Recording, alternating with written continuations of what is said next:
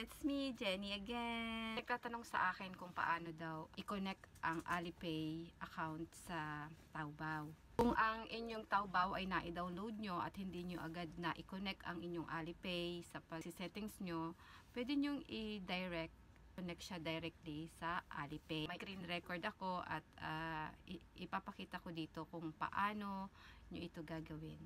So, let's go! Siyempre, dapat mayroon tayong Alipay account. At ayan, punta tayo sa aking Alipay.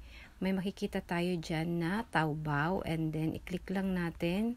Ida-direct niyan tayo sa mismong Taobao kung naka-download ka na ng Taobao. At yan ay automatic na connected na ang Alipay mo sa account ng Taobao. Ayun lang guys, ganun lang kasimple. Ayan, buksan natin ang aking Taobao and ayan, ganyan. Happy shopping! Salamat po sa panonood. God bless you all.